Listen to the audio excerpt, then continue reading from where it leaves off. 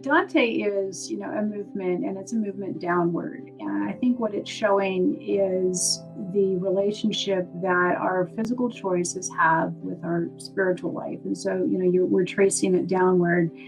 And we don't go into the whole trilogy where we actually get to Paradiso, but at least there's this understanding that the decisions that I make, the movements that I make, what I say, what I do is going to have an impact on me at a later time.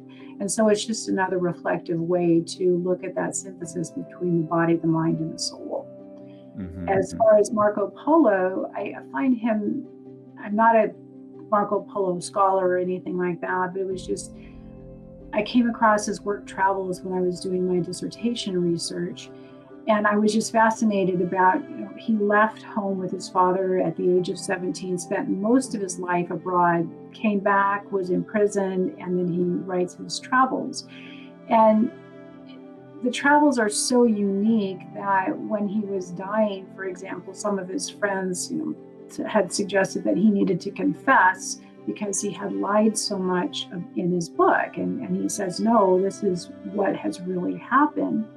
And so there's this idea of maybe fantasy and make-believe and yet reality. And he was somebody who spent so much time in a culture that wasn't necessarily his own, and then yet trying to come home again. And I think that in some ways can be reflective of what we are right now.